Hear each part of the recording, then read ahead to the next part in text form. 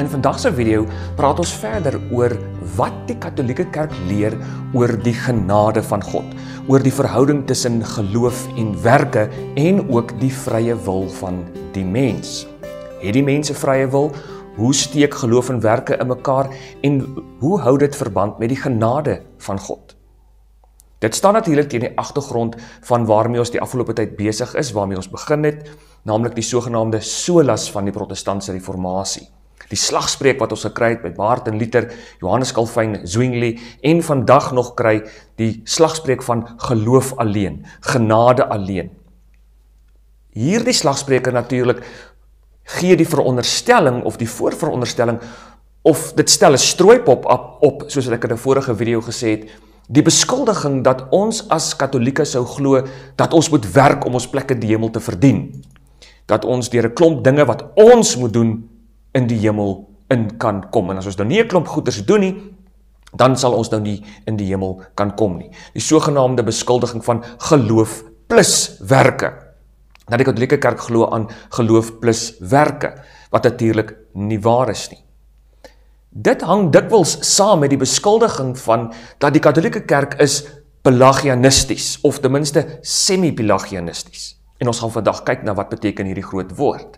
Dit kom natuurlik van die naam van 'n priester met die naam van Pelagius, wat hier in die einde van die 400s, begin 500s geleef het, en wat 'n klomp dinge geleer het rondom geloof en werke en genade, die vrye wil van die mens ensovoorts. Protestante natuurlik verwerp Pelagius, maar omdat hulle Pelagius verwerp, aanvaar protestante baie maklik en dikwels, en ek het dit selfs ook geleer, dat die Katolieke Kerk pelagianisties sou wees, wat natuurlik nie waar is nie. Die Katolieke Kerk glo glad nie dat jy jou plek in die hemel moet inwerk deur middel van 'n klomp werke nie. Dis nie wat die Katolieke Kerk glo nie. En dis teen hierdie agtergrond dat ons vanmôre dan gaan kyk na hierdie geloof, genade en vrye wil en wat Pelagius gesê het en hoe die kerk hom teengestaan het. Ek wil begin deur saam te lees vir ons uit die brief van Paulus in Efesiërs 2 hoofstuk 2 vers 1 tot 10. Efesiërs 2 vers 1 tot 10. Dit is natuurlik teksverse wat dikwels ter sprake kom wanneer ons praat en gesels oor onderwerpe soos regverdigmaking, hoe om regverdig te wees voor God, die rol wat genade speel in regverdigmaking, geloof ensovoorts, en werke speel in regverdigmaking. So ek wil net begin deur hierdie teks te lees, sonder om veel daaroor te sê, en dan gaan ons begin praat oor Pelagius en hoe die kerk hom teengestaan het. En hoe dit ook nog vandag die debat tussen protestante en katolieke beïnvloed.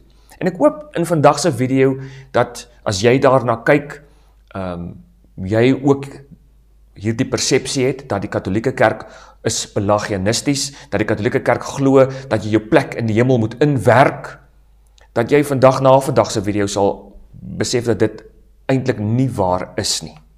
Kom ons lees saam Efesiërs 2 vanaf vers 1.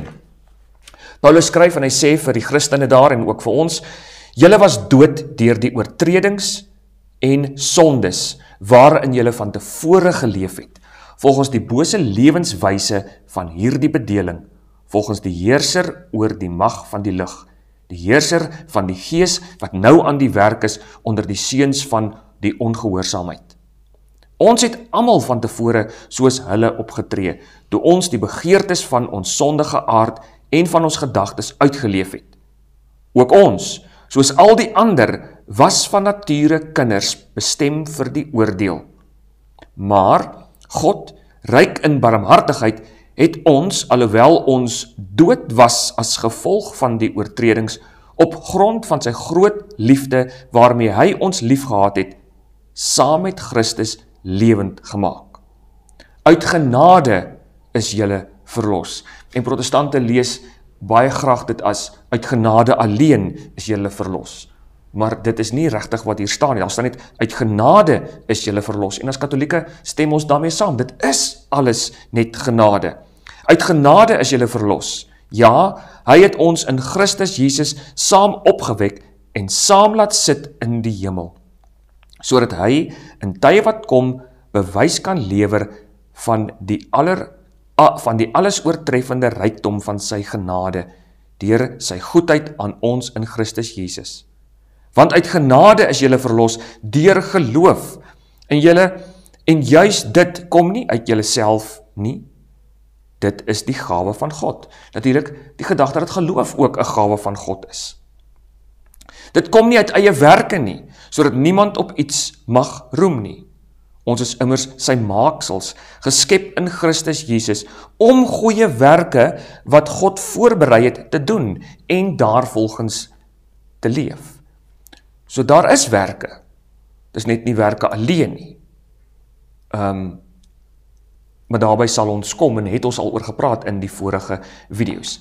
Hierdie is natuurlik ook 'n teksvers wat dikwels gebruik word wanneer ons praat oor die erfsonde, die feit dat alle mense gebore word in sonde, die leer van die erfsonde. En dit gaan ook ter sprake kom in vandag se video. Nou, wie was Pelagius? Pelagius was 'n Britse monnik, 'n teoloog wat geleef het aan die einde van die 400s tot so aan die begin van die aan die einde van die 4de eeu en die begin van die 5de eeu. Hy het in Rome, hy het ook in Noord-Afrika en selfs in die Midde-Ooste gewerk. Sy leerstellings, dit wat hy geleer het, was veral gemik teenoor wat hy beleef het as 'n sogenaamde moralistiese verval in die kerk. En dit is so, ons moet dit ook erken, dat in tye van die kerk se geskiedenis gaan dit nie altyd moreel eties so goed in die kerk nie. Daar is dikwels dinge wat nie so mooi en reg en goed is in die kerk nie. En in Pelagius se tyd was daar ook 'n klomp dinge waaroor ons later sou kon praat, wat in die oë van Pelagius en baie ander mense verkeerd was. Onder andere mense se immoraliteit en die feit dat mense amper onverantwoordelik geleef het. En Pelagius kom en hy sê, maar hierdie manier van 'n onverantwoordelike, immorele leefstyl van mense, waar mense amper net doen wat hulle wil, is baie verkeerd. Hy beklemtoon dan die noodsaaklikheid daarvan om as kinders van die Here heilig te lewe. Nou dit klink alles nog goed en mooi, maar wanneer ons sy leerstellings ontleed en hoe ver hy hierdie heilig leef gedryf het, dan kom ons agter hoe verkeerd hy was. En die feit dat hy hierdie om heilig te leef so ver gedruk het, soos wat hy gedoen het, het hom inderdaad in botsing met die kerk en die kerklike leerstellings gebring. Hoekom? Nommer 1 is dit omdat Pelagius die leer van die erfsonde verwerp het. Hy het die leer van die erfsonde verwerp. Hy het ontken dat die mensdom in sy totaliteit deur die sonde en die val van Adam en Eva in hulle menslike natuur gekwes is. Dat ons seer gekry het, dat daar iets in ons gebroke geraak het met die sondeval. Hy het dit heeltemal ontken. Hy het gesê dat die mens bloot eenvoudig 'n keuse kan uitoefen om maar net nie sondig te wees nie. Sonder die genade van God.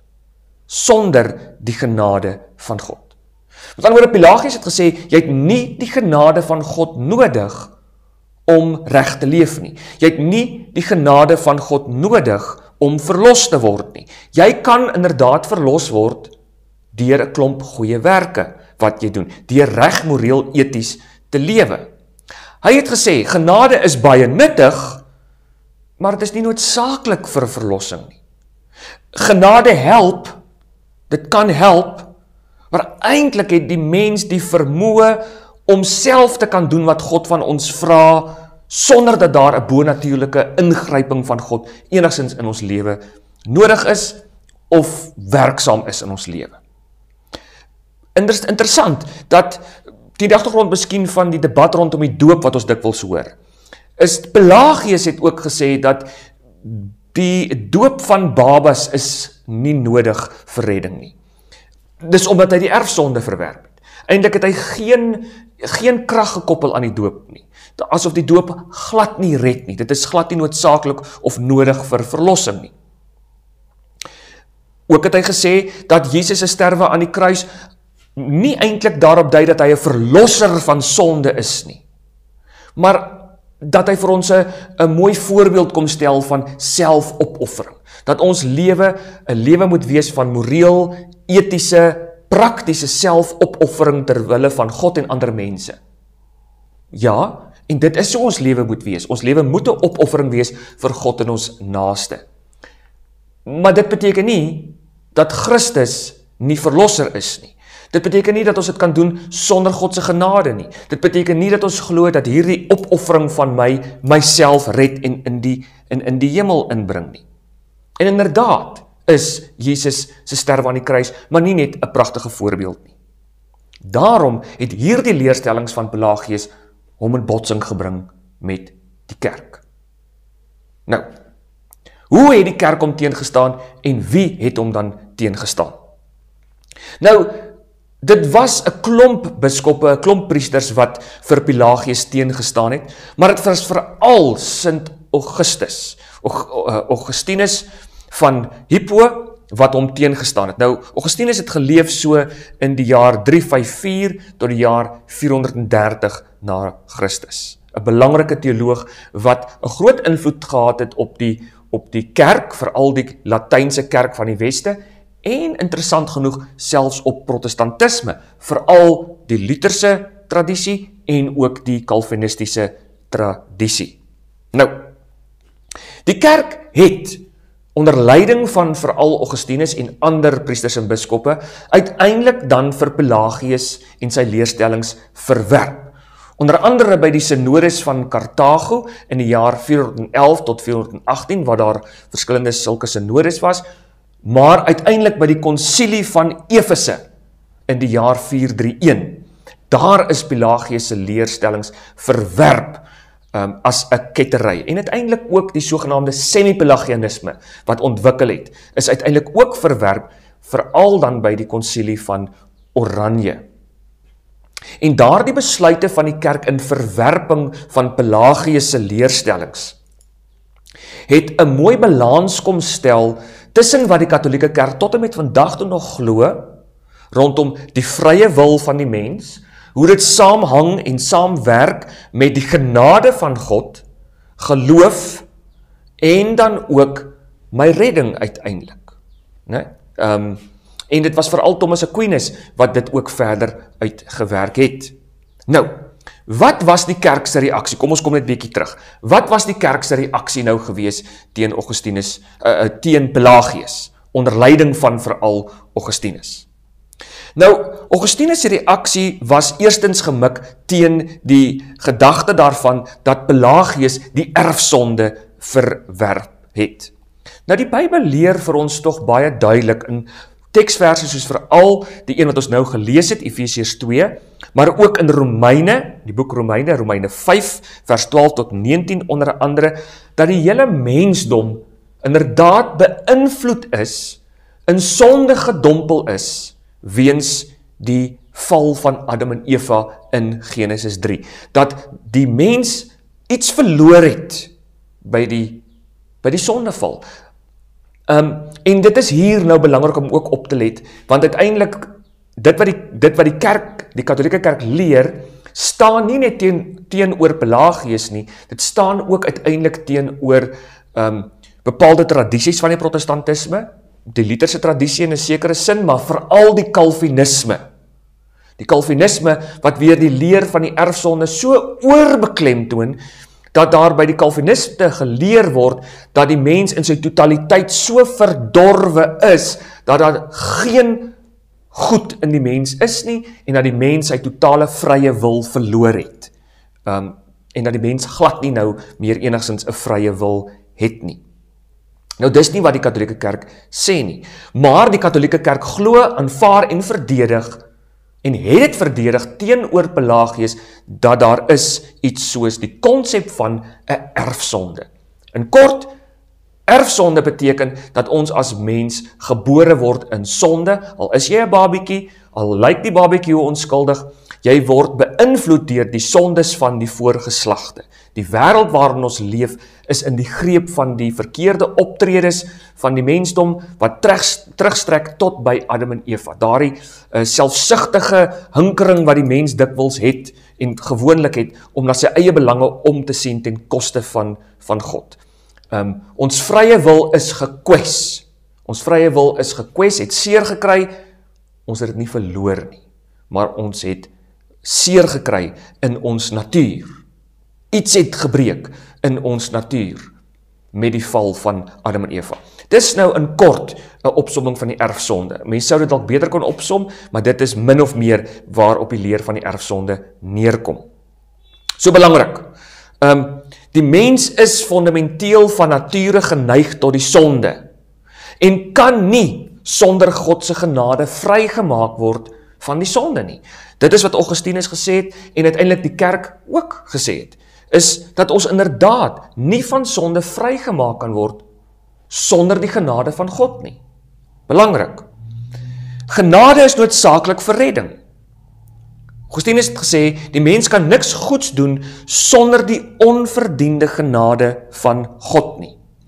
En dis die Katolieke Kerk stem daarmee saam.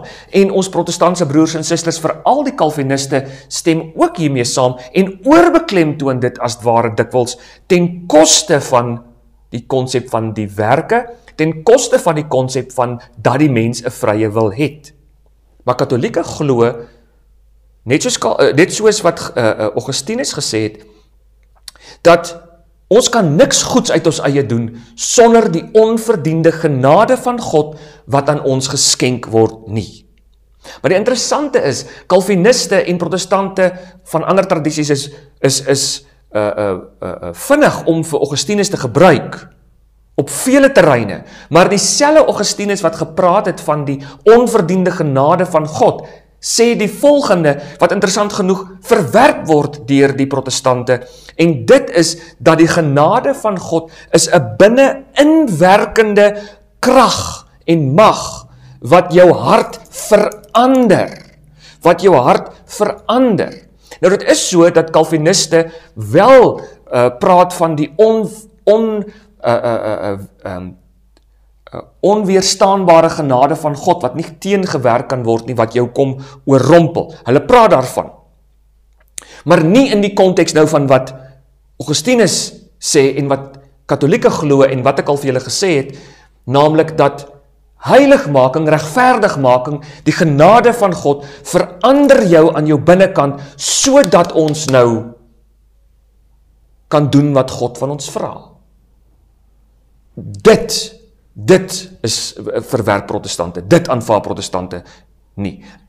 En dis baie vreemd, dit mag ook baie tegnies klink, maar dit veroorsaak uiteindelik 'n groot verskil wanneer ons uiteindelik met verskillende brille kyk na wat verlossing is.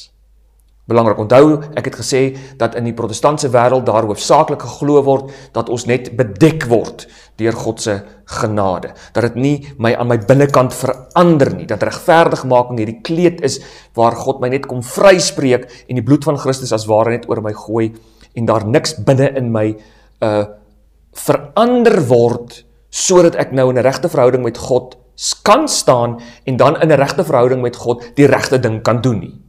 En dan is daar hierdie samewerking tussen my en God. Dis nie wat protestante glo nie. Ook interessant genoeg is dat Augustinus gesê het dat die doop is noodsaaklik vir redding. Die doop is baie belangrik vir redding. Hy het gesê dat aangesien babas ook met die erfsonde gebore word, is die doop nodig om hulle van sonde te reinig, en eintlik dan almal. Nou ja, ons kan nou baie praat oor mense in die geskiedenis wat nie gedoop is nie, en wat weens hulle geloof gemartel is, die martelare, byvoorbeeld in die kategese klasse wat doodgemaak is vir hulle geloof nog voor hulle gedoop is. Die Katolieke Kerk sê dat daardie martelingskap is 'n doop. Dit is 'n doop. Maar dit kan ons volgende keer oor praat. Die kort en die lank is dat die kerk nog steeds sê die doop speel 'n besonderse rol in redding. Dit is wat Augustinus ook gesê het. En weer eens, interessant dat Calviniste wat graag vir Augustinus gebruik, nie hierdie gedeelte van Augustinus aanvaar nie. En dis vir my so interessant, dat protestante partykeer wel die kerkvaders wil gebruik, veral as hulle wil wys hoe verkeerd die Katolieke is, dan sou hulle, nie almal nie, maar dan sou hulle partykeer waag om na die kerkvaders te kyk en die kerkvaders te gebruik, want hulle weet, Katolieke doen dit, maar dan gebruik hulle dit graag baie selektief. Baie selektief. Onlangs weer in video's op YouTube het ek gekyk na hoe selektief mense vir Origenes kan gebruik, Augustinus kan gebruik, Irenaeus gebruik, ensovoorts, hoe baie selektief hulle dit kan gebruik, om nou kwansuis te beweer dat die kerkvaders iets sê wat hulle eintlik nie gesê het nie. Goed, die volgende ene, is dat Augustinus gesê het, Jesus Christus is 'n verlosser, en ons het hom as verlosser nodig, hy is nie maar net 'n voorbeeld nie. Jesus Christus sterf nie maar net as 'n voorbeeld nie, maar hy sterwe uiteindelik om die mens in sy gebrokenheid te kom herstel, herskep, nuut te maak, innerlik, sodat ons dan, wanneer ons die genade as 'n geskenk van die Here ontvang, dat ons dan kan leef soos die Here van ons vra. Augustinus het wel genade op so 'n manier begin beklemtoon, dat hy gesê het, dat daar nie inspanning van die mense kant af nodig is, om gered te word nie, veral nie morele inspanning nie. Augustinus het ook begin neig in 'n rigting waar die kerk uiteindelik nie met hom kon saamstem nie. En dit was veral wanneer in sy leerstellings oor die uitverkiesing, predestinasie, uitverkiesing. Augustinus het begin sê, nou weer eens hier, Calviniste gebruik dit nou graag. Augustinus het begin sê, in terme van predestinasie, dat sommige mense spesifiek deur God gekies word vir redding, en ander nie gekies word vir redding nie, en die neiging dan om te sê dat God uiteindelik in Christus nie almal verlos het nie, dat Christus nie vir almal aan die kruis gesterf het nie. Nou Calviniste misbruik inderdaad vir Augustinus op hierdie punt, en dryf dit tot 'n uiterste, waar Calvin gesê het, die sogenaamde leerstellings van die dubbele uitverkiesing, die dubbele predestinasie, van dat God kies aktiewelik, uit vrye wil, kies hy in sy vrymagtigheid en in sy almagtigheid, kies hy, jy Jakobus gaan hel toe, en jy Kathleen gaan hemel toe, en as mens het ons geen sê daaroor nie, ons kan niks daaraan doen nie, daar is hierdie passiefheid, hier is hierdie passiewe, ons is heeltemal passief, weens die dubbele uitverkiesing van God. Nou, dit is so, dat as 'n mens eerlik met Augustinus omgaan, dan lyk dit dalk asof hy dit so stel. En hy kom baie naby daaraan, maar om ook eerlik te wees, binne die totale konteks van die totaliteit van wat Augustinus sê, dink ek ook dit is onregverdig om hom op hierdie wyse te sou misbruik. En uiteindelik die kerk in haar wysheid gelei deur die Heilige Gees, deur God se wysheid, die kerk in samewerking met die Heilige Gees, die kerk en die Heilige Gees, saam besluit uiteindelik dan en kom tot die gevolgtrekking en word gelei deur God om te sê, Augustinus, op hierdie punt is jy ook nie heeltemal reg nie, by die konsilie van Oranje, sal nou daarby kom. Nou, soos ek gesê het, verskillende priesters en biskoppe het vir Pelagius teengestaan, veral Augustinus, en uiteindelik was daar 'n hele reeks van wat ons sou kon noem synodes en konsilies, waar uiteindelik dan nou Pelagius en sy leerstellings verwerp is. Maar die interessante is dat Pelagius het 'n leerling gehad wat fanaties Pelagianisties was, wat so sterk vir Pelagius aangehang het, dat hy Pelagius se leerstellings as ware nog verder gedryf het. En dit was Celestius. Celestius, kom ons skryf sy naam ook hierso. Celestius. Die leerling van Pelagius.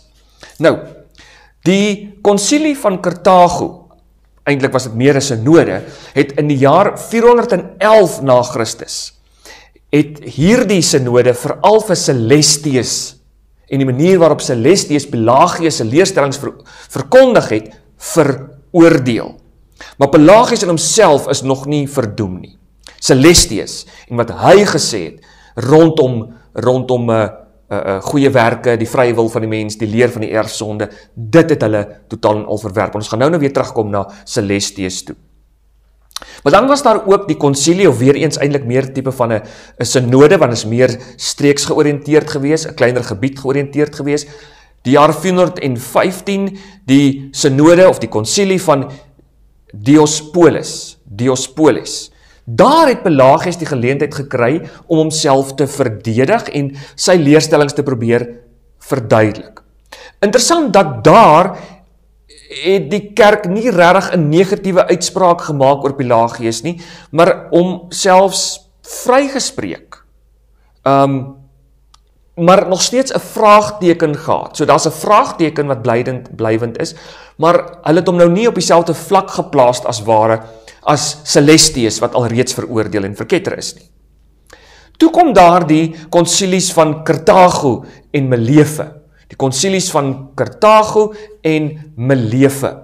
En dis nou hier waar Pelagius homself nou vir die eerste keer veroordeel is. En deur Paus Innocentius I is die uitsprake van veroordeling inderdaad bevestig, ook in Rome. Belangrik, so daarby die konsilies van Karthago en Melefe, onder leiding ook van die Paus Innocentius I, daar word Pelagius dan nou vir die eerste keer regtig veroordeel. En dan finaal, Pelagius homself, in terme van Pelagianisme, die konsilie van Efese in die jaar 431, is Pelagianisme as 'n kettery afgemaak en herbevestig die kerk haar leerstellings oor erfsonde en genade. Erfsonde en genade. Baie belangrik. En die kerk sê daar dat genade is absoluut noodsaaklik vir die redding van die mens. Dat ons niks kan doen sonder die genade van die Here nie. Dat die genade van die Here ook eerste na ons toe kom en ons in staat stel om te sou kon reageer op dit wat God dan ook vir ons bied. Dat genade van God ons ook herstel. Dat genade na ons toe kom en heling bied vir hierdie gekweste, gebroke sondigheid van ons. Dat dit selfs ons gebroke vrye wil heeltemal herstel en die mens nou in staat stel om te kan doen wat God van ons vra. Genade, baie belangrik. Erfsonde staan vas. As ons gebore word, word ons in sonde gebore. Nou, Pelagius se leer is uiteindelik heeltemal verwerp. Maar die interessante is dat die kerk, soos ek gesê het, ook nie heeltemal met alles saamgestem het wat Augustinus gesê het nie. Dit was veral by die konsilie van Oranje in die jaar 529. En dis belangrik, want as protestantse dominee, toe ek een was, het ek dit nooit geleer, dat die kerk eintlik Calvinisme in sy kiem en protestantisme in sy tradisionele kiem, soos dit gekom het by die reformatie van Luther, Zwingli en Calvin, dat daar die konsilie van Oranje eintlik reeds Calvinisme in sy kiem verwerp het as 'n kettery nie. Dit was vir my nogal 'n groot domino wat geval het ook, toe ek dit raak gelees het. Belangrik, die konsilie van Oranje in die jaar 529. Daar het die kerk spesifiek die dubbele predestinasie van Augustinus en dan van Calvin alreeds verwerp. Nou, kom ons som dan nou gou-gou op. Die amptelike posisie van die kerk in terme van genade, redding en die vrye wil is nou soos volg. Die mens is gebroke deur erfsonde en het genade nodig. 2. Genade werk met die vrye wil saam en die mens moet daarop reageer. Dan, doop is noodsaaklik vir die vergifnis van die erfsonde. Dan 4, God gee genoegsame genade aan almal vir redding, maar mense kan dit verwerp. So die kerk aanvaar nie dat Jesus net vir sommige mense sterf nie, maar dat God genoeg genade gee vir almal, maar dat mense dit kan verwerp. Dis omdat die kerk aanvaar, die mens het 'n vrye wil, en God het die mens gemaak met 'n vrye wil, en dat God respek het vir die vrye wil van die mens. Nou hierdie posisie van die kerk, soos ek het nou opgesom het, is dan veral later verfyn deur iemand soos St. Thomas Aquinas, en uiteindelik ook is dit verder uitgewerk by die konsilie van Trent in die jaar 1545 tot 1563. En daar, interessant genoeg, in die teenstand van die protestantse reformatie en in antwoording van die protestantse reformatie en die beskuldigings daarvan dat die katholieke kerk pelagianisties is, daar het die konsilie van Trent ook weer 'n keer pelagianisme verwerp. Maar ook het die konsilie in oppositie van die Calviniste, wat veral vir Augustinus misbruik het om 'n dubbele leerstelling van die dubbele predestinasie te hê, dit is ook verwerp. So, 'n mens sou kon sê dat die kerk onder leiding van die Heilige Gees het inderdaad dan die spanning wat daar op die oog af lyk om te wees tussen die genade van God en die vrye wil van die mens om daarop 'n antwoord te bied. Want dit is so, hoe werk die genade van God en die vrye wil van die mens saam? Die meeste protestante, veral tradisionele protestante, soos die in die Calvinistiese tradisie waar ek was, verwerp die gedagte dat die mens 'n vrye wil het. En oorbeklemtoon die genade en dat die mens heeltemal passief is. Terwyl Pelagius weer gesê het dat genade is heeltemal onnodig. Ons het glad nie genade nodig nie. Hy het weer die vrye wil oorbeklemtoon, sodat ons glad as ware nie vir God nodig het nie. Maar die katholieke kerk kom en sê nee, die antwoord lê in die middel. Dis nie, en dis die probleem met die teologie dikwels. Ons verval in hierdie uiterstes. Aan die een kant is daar die oorbeklemtoning van die vrye wil, ek maak dit sommer so, en genade. So jy het hierdie teenstelling wat gemaak word, en die katholieke kerk sê nee, ons moenie kies vir of die een of die ander nie, maar soos die katholieke kerk dikwels doen, is dit nie of nie, maar en. Dis nogal 'n kenmerk van katholieke teologie, dat die katholieke kerk dikwels nie sê of nie, maar en. So die katholieke kerk glo dat ons het albei nodig hier, die mysteriese werk van God in Christus, waar daar 'n samewerking is tussen die genade van God, die liefde van God, geloof en die vrye wil van die mens. Die mysterie van 'n samewerking. God wat ook deur die vrye wil van die mens werk. En ek sal nou lees wat sê die katholieke kerk ook in haar katekismus, paragraaf 600. Ek gaan dit hier so lank skrywe. Die katekismus van die katholieke kerk in paragraaf 600. Goed, nou, wat nou van semi-pelagianisme? Die interessante is, dit klink asof dit nou nie so erg moet wees soos pelagianisme nie, maar die effek daarvan is amper baie gevaarliker. Ok, nou kom ons terug by hierdie leerling Celestius, die leerling van Pelagius. Celestius het veral opgetree in Rome en in Noord-Afrika, maar sy leerstellings het veral versprei in plekke soos Frankryk. Inderdaad dan, hy het gesê dat Adam se val, die sondeval, ook nog nie so erg was nie, dit het net 'n slegte voorbeeld, dat dit net 'n slegte voorbeeld was. Adam en Eva het nou net 'n slegte voorbeeld vir ons gestel, en dat die menslike natuur glad nie aangetas is nie. Kan julle sien, dis weer eens 'n bepaalde uiterste wat hy kies. Dis nie wat die kerk sê nie. Ons sê, die sondeval is meer as net 'n slegte voorbeeld, en die sondeval het die menslike natuur seer gemaak en gekwes, maar dit het nie die menslike natuur totaal en al verdorwe gemaak, soos weer wat Calviniste sê nie. Celestius het ook gesê, net soos sy eie leermeester Pelagius, mense kan sonder die genade van God klaarkom. Die vrye wil alleen is genoeg om gehoorsaam te wees aan God. Kan julle nou sien, die reaksie van protestante om te sê, genade alleen, geloof alleen.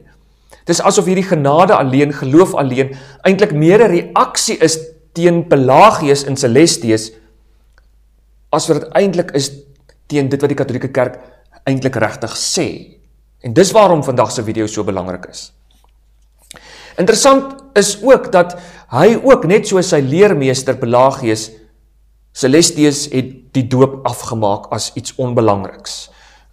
Die doop is nie belangrik nie. En interessant is, ek onthou toe ek nog 'n protestantse dominee was, hoe veral weer die gereformeerde leer, en ek self dit dikwels gesê het, maar doop is glad nie nodig vir redding nie.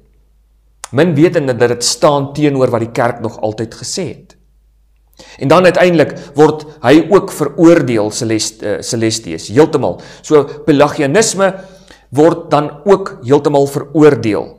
En ons sal nou kyk, daar in Frankryk was daar egter 'n klomp Franse monnike, wat wou probeer om tog semi-Pelagianisme te versoen met wat die Katolieke Kerk nou gesê het. So dis interessant. Hulle wil semi-Pelagianisme versoen met wat die kerk sê. En dis altyd die probleem, ook in terme van 'n klomp ander dogmatiek in die kerk, die twee nature van Christus, ensovoorts. Daar's altyd mense wat dit tog nog verder wil dryf, en nie berus by wat die kerk sê nie. En dan is daar 'n volgende kettery, en dit werk meer fyner as die vorige kettery, maar dit bly steeds 'n kettery. En baie keer moet jy baie mooi kyk, en ek dink baie keer gewone lidmate wat net wil leef en doen, en die Here wil lief hê, sulke lidmate dink baie keer, maar julle dominees, julle priesters, die kerk kan daarom oor kleinighede stry, kan daarom hare kloof, en ek weet dit mag so lyk, ek erken dit. Die reformatie was in 'n sekere sin baie tegnies, dit het gegaan oor baie tegniese punte. Die interessante is dat die meeste van die konsilies, terug in die kerklike geskiedenis, het oor baie tegniese punte gegaan.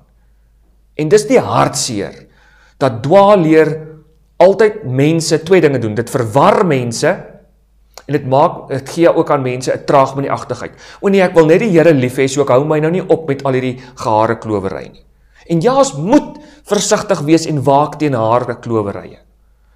Maar julle regtig, ketterye kom meeste van die tyd in baie fyn, mooi geklede forme na vore. Dieselfde met semi-Pelagianisme. En die versoening wat hierdie Franse monnike probeer bring het, tussen semi-Pelagianisme en wat die kerk geleer het. Nou, hierdie mense het nou begin leer deur te sê, nee, ons erken, jy het tog God se genade nodig vir redding, maar die mens kan tog op hulle eie die eerste tree gee na God toe. En dan reageer God deur genade op die eerste tree wat die mens gee. Dit klink baie mooi, dalk miskien, maar kan julle sien hoe verkeerd dit is? Die kerk leer, God gee die eerste tree en die mens reageer. Maar hierdie ouens kom keer dit om en sê, nee, die mens gee die eerste tree. Genade is ook belangrik, maar genade is God se reaksie op ons eerste tree. Daarom sê hulle, genade help vir ons, maar genade dwing nie. Nou die kerk sê ook, die Katolieke Kerk sê ook, genade dwing nie as sulks nie, maar nie in die sin van wat hierdie ouens sê nie. Hulle het geglo dat genade is maar net 'n ekstra hulp wat die Here vir ons gee. Dit is net 'n bykomende hulp wat die Here vir ons gee. Dit is nie regtig eintlik absoluut noodsaaklik vir elke stap in ons geloofslewe nie. Ook het hulle gesê, en weer 'n keer, nie net is genade 'n reaksie op die eerste tree wat ons gee nie, maar genade van God se kant af is eintlik die hele tyd 'n reaksie op die menslike inspannings van dit wat ons doen. Maar belangrik, en ek hoop jy hoor dit vanmôre, as jy ook na hierdie video kyk en jy dink, en jy glo, jy het groot geword met die idee, dat die Katolieke Kerk glo, jy moet jou pad in die hemel oopwerk, dan hoop ek jy hoor nou mooi wat ek sê, dat die Katolieke Kerk hierdie semi-pelagianistiese leerstellings van hierdie Franse monnike verwerp het. Hulle het dit verwerp, veral weer sê ek, by die konsilie van Oranje in die jaar 529. Daar is dit verwerp. Semi-pelagianisme is as 'n dwaling afgewys.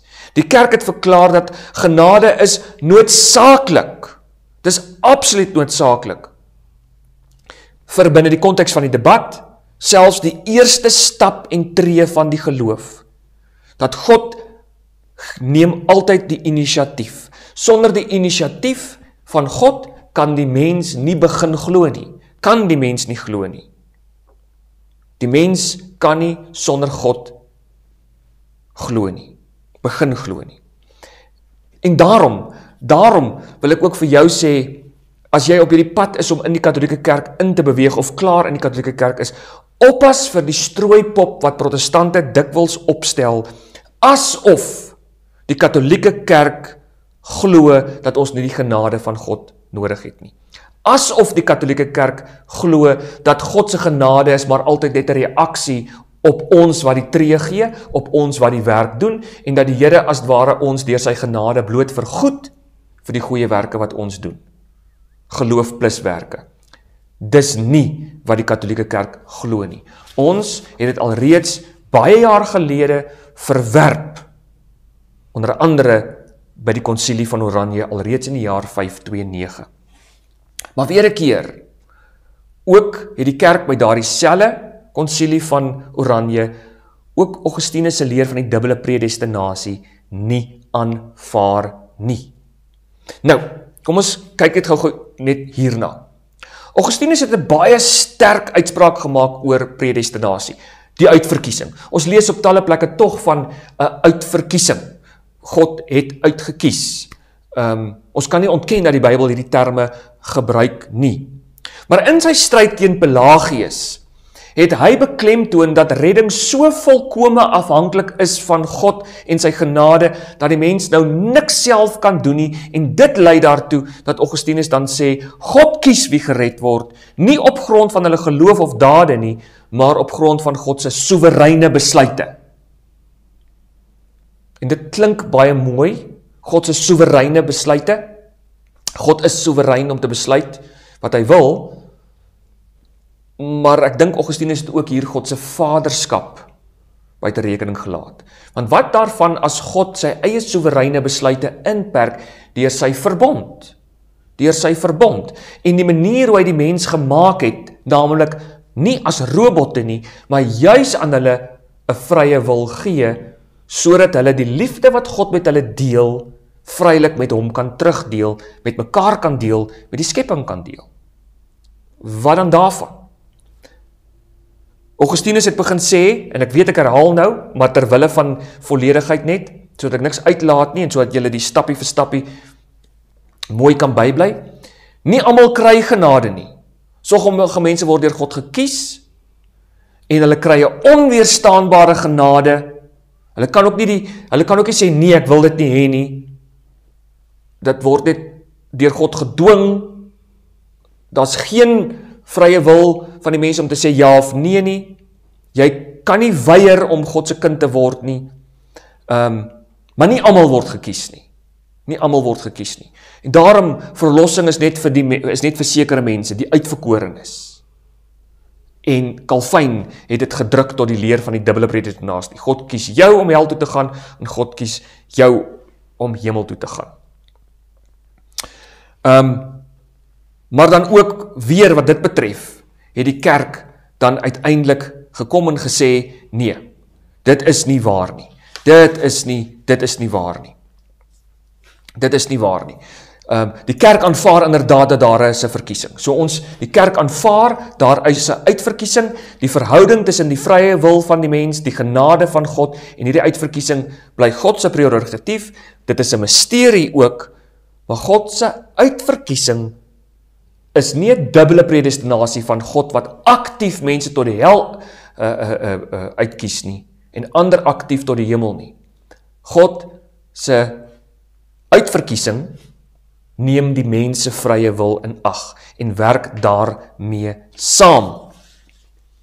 Nou goed, daarom wil ek nou vir julle lees, voor ek die volgende doen, wat sê die Katolieke Kerk in paragraaf 600, en ek het nou weer ongelukkig net die Engelse ene hierso, maar hoor nou, die Katolieke Kerk aanvaar die uitverkiesing, maar die Katolieke Kerk aanvaar dit in 'n mysteriese verhouding met die vrye wil van God, die vrye wil van die mens, die soewereiniteit van God se genade en liefde, God wat nie wil dat alle mense verlore gaan nie, 1 Timoteus 2 vers 4, God wil hê dat alle mense gered word en tot die kennis van die waarheid kom. Nee? Dit is belangrik, dit is ook belangrik. Nou sê die kerk, paragraaf 600, en luister nou baie mooi, dikwels hoor ons hoe mense praat van God, God sien vooruit wie sê ja of nee op verlossing. En ek verstaan hoekom hulle dit sou sê, hulle verdedig immers die mens se vrye wil, die feit dat die mens moet reageer op verlossing, of nie, reageer op genade al dan nie, maar die manier hoe hulle dit doen, skep ook probleme, want dit is asof God homself vasgebind word aan tyd, wanneer ons praat, God sien vooruit, hy weet vooruit. Ek weet taal is altyd 'n moeilike ding as dit kom by God, maar ons moet versigtig wees vir hierdie taal gebruik. God sien nie maar net vooruit nie, God weet nie maar net vooruit nie, dis baie meer dieper as dit. Hoekom? Want God is die skepper van tyd, God is buite tyd, God is buite ruimte, God werk in tyd en ruimte, maar hy is ook buite dit, gelyktydig, die misterie van God. So, ons moet versigtig wees om te sê, God sien maar net vooruit. God weet vooruit, want hy sien vooruit, wie gaan reageer, wie gaan sê ja, wie gaan sê nee, Here. Hoe sê die Katolieke Kerk dit? To God, all moments of time are present in their immediacy. Alle tyd, alle vorme van tyd, is onmiddellik voor God, speel af voor God, is by God teenwoordig, gelyktydig. Die hede, verlede en die toekoms, hierdie oomblik, net nou wat verby is, môre wat kom, al daai momente, van die skepping van Adam en Eva af, van die skepping van die kosmos af, van die eerste ster wat God geskep het, al daai momente is gelyktydig voor God. Wat 'n ongelooflike misterie is dit nie. God wat buite tyd is, God wat buite ruimte is, God wat die skepper is ook van tyd. So God sien nie maar net vooruit nie, hy weet nie maar net vooruit nie, dis dieper as dit. Dis veel dieper as dit. To God, all moments of time are present in their immediacy. Alle tyd, in alle vorme, is gelyktydig onmiddellik by God. When therefore he established his eternal plan of predestination, he includes in it each person's free response to his grace.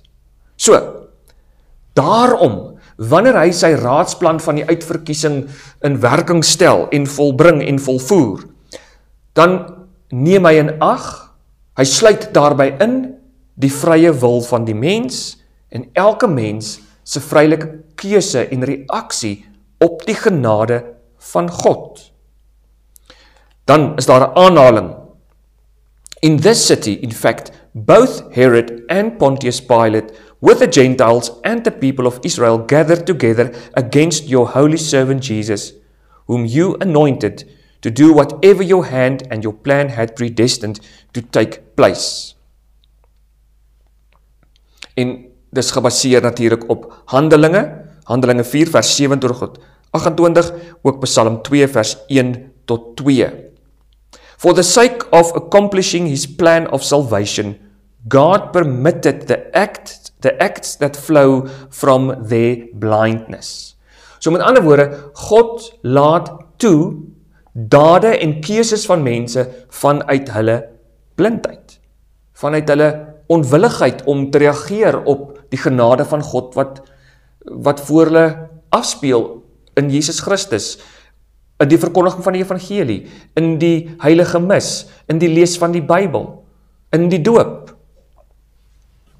Maar belangrik, die Katolieke Kerk aanvaar daar is 'n uitverkiesing, nie dat God mense aktief tot die hel kies nie, dat God, omdat hy die skepper is van tyd, en alle tyd voor God teenwoordig is, daarom sluit God ook mense vrylike keuses in, wanneer dit kom by die plan van sy uitverkiesing. Dit is hoe die Katolieke Kerk die uitverkiesing beskou. Dis nie in spanning met die vrye wil van die mens, of die genade van God nie, of die vrymag van God nie. Dis hierdie misterie, want ons verstaan en weet nie alles nie, en daarom moet ons besop om nie alles te wil dissekteer nie, want jy kan nie God so dissekteer nie. Nou goed, wat sê die Katolieke Kerk verder? Die Katolieke Kerk leer dat die vrye wil en genade, vrye wil van die mens, genade van God, mekaar nie weerspreek nie, maar saamwerk in 'n groeiproses van redding. Dis hierdie ekonomie van verlossing, waarvan ek ook al gepraat het. 'n Groeiproses van redding. En ek sal nou uitkom oor hoekom ek het sê in 2 Petrus. So, pasop nou as jy daar sou wou sê, aha, maar daar sê jy nou ons werk ons plek in die hemel uit. Nee, dis nie, ons sal dit nou sien. Daar is 'n samewerking, maar ons sal nou dit baseer op die Bybel. Die mens het 'n vrye wil, maar dit word en is gewond deur die sonde en sondeval. Maar die mens is nie totaal en al korrup in sy natuur, soos wat Calvinisme leer nie, maar is swak en behoeftig aan die genade van God. Die kerk leer, die mens kan nie sommer net op sy eie tot God nader nie, maar het genade nodig om tot God te kan nader. Daarom is die genade nodig as hierdie eerste stap ook wat God gee. 'n Mens kan nie uit jou eie krag sommer maar net begin glo nie. Ons het nou gelees, genade en die geloof is 'n geskenk van God. God moet eerste werk. God bring die geloof in die mens se hart tot stand. Ons noem dit spesifiek die voorafgaande genade, daai prevenient grace, waarvan die Engelse ook praat, die voorafgaande genade. God, wat dinge doen in ons lewe, en dan kyk ek terug oor 10 jaar, 20 jaar, en ek dink, daar het God al in my lewe gewerk. Daar het God al die eerste keer sy genade vir my gegee, toe ek nie in daai motorongeluk oorlede is nie. Toe ek daar die pragtige vrou van my gekry het, toe my kind gebore is, daar toe God my pa van een of ander ongeneeslike siekte genees het, daar het God dinge ook in my lewe gedoen, deur na my toe uit te reik.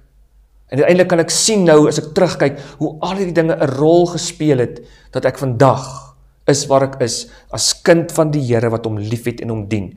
Hierdie voorafgaande genade.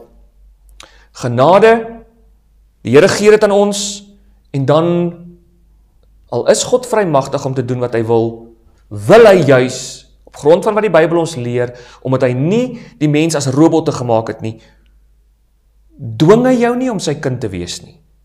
Hy gee vir jou sy genade, maar as jy dit nie wil hê nie, dwing hy jou nie.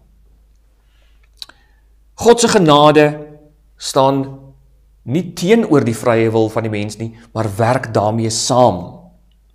Genade kom altyd eerste. Dis nie maar net onmisbaar nie, dit is, maar dit is nie maar net nie, dis altyd eerste. Dis altyd eerste. Maar genade kan teengestaan word, ek kan sê nee. So die kerk verskil van Calvinisme wat sê, daar is 'n onweerstaanbare genade wat ons nie kan teenstaan nie.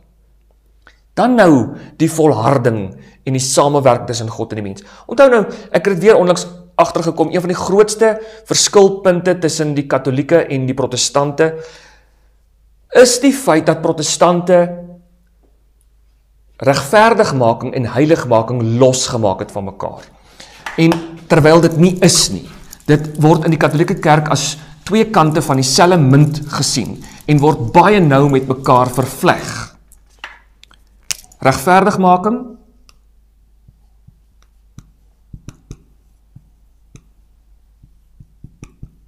Regverdigmaking en heiligmaking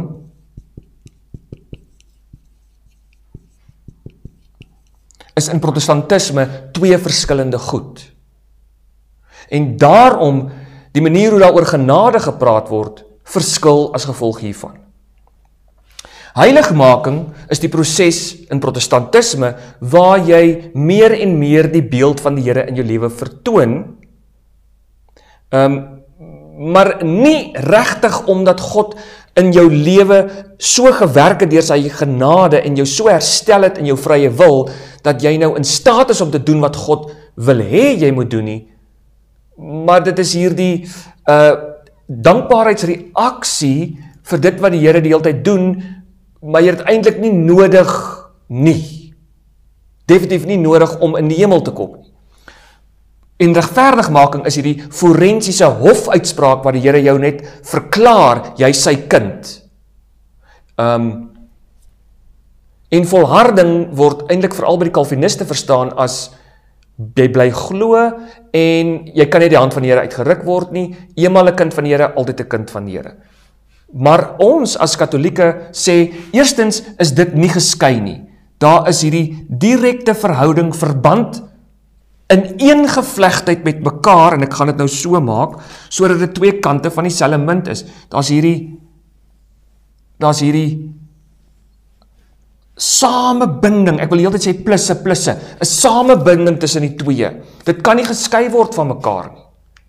En nou, wanneer God in my lewe inkom en in my lewe werk, en my so verander deur sy genade, en hy my 'n kind van die Here maak, deel maak van die verbondshuisgesin, dan stel hy my ook daartoe in staat, deur sy genade, om nou te kan leef en te kan doen, soos hy van my vra, sodat ek nou, deur my keuses, my vrye wil, kan saamwerk met die genade van God, en kan groei in regverdigmaking, heiligmaking, redding. Dis wat die kerk sê. Die kerk sê egter ook, dat in die volharding van die gelowiges, beteken dit, jy kan inderdaad jou geloof verloor. Jy kan, as jy aanhou aktief kies teen die Here, kan jy uit geloof uitval, kan jy uit die genade uitval, kan jy uit die huisgesin van God uitval, en gaan jy jou redding verloor.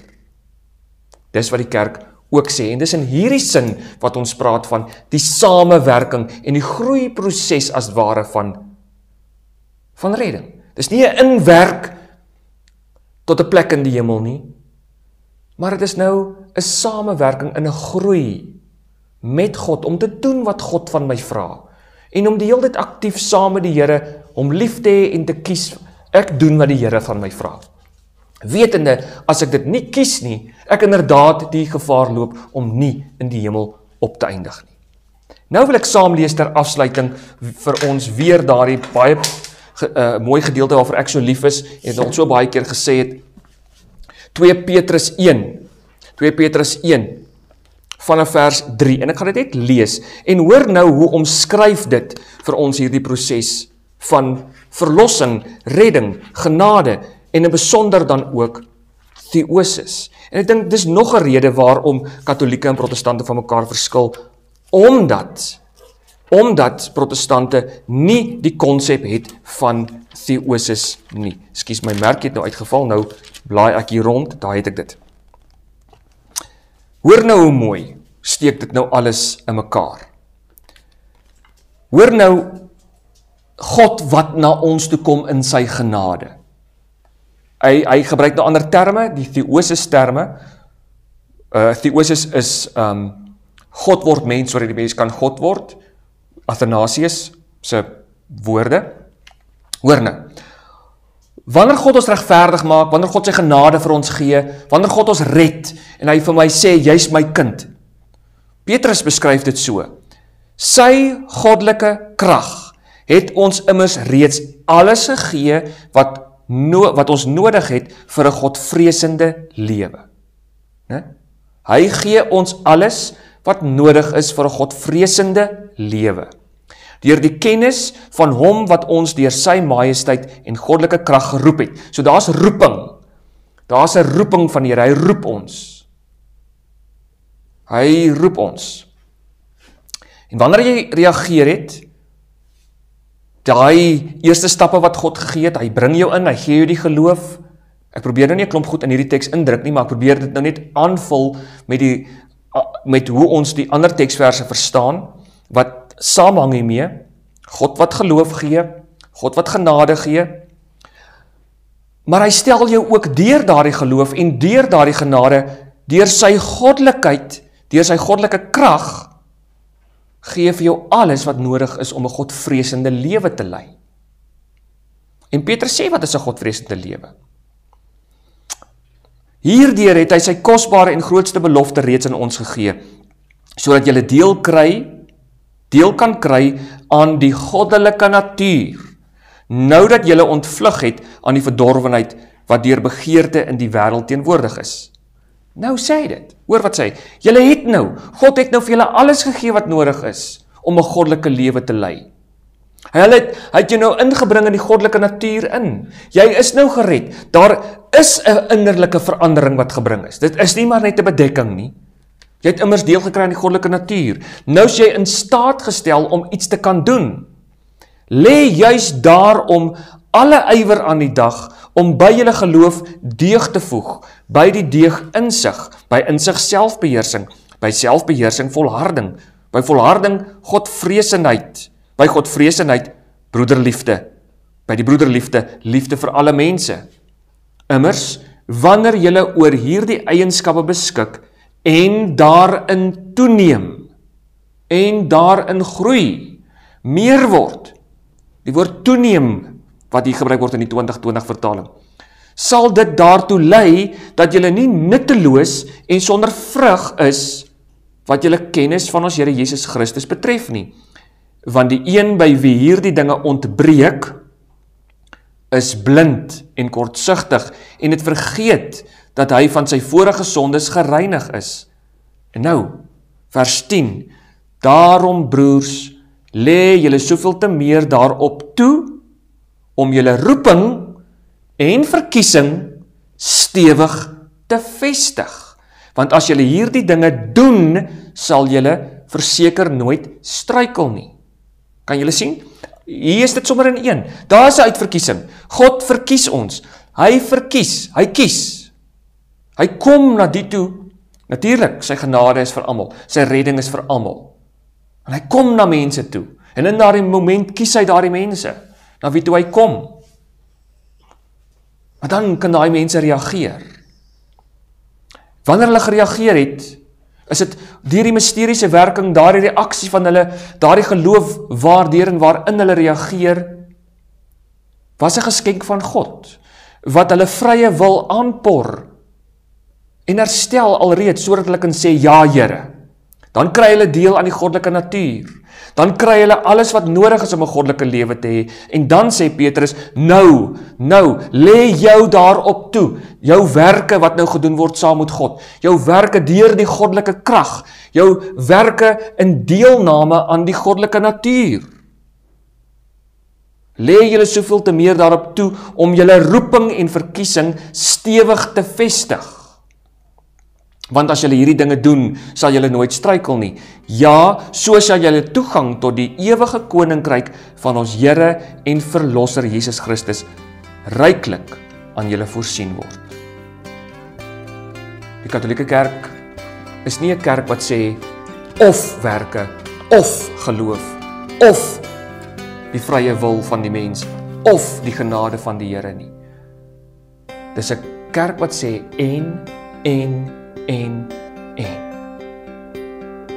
Werke en geloof is nie in stryd met mekaar nie. Die uitverkiesing van die Here en genade is nie in stryd met mekaar nie. Dis 'n misterie van God.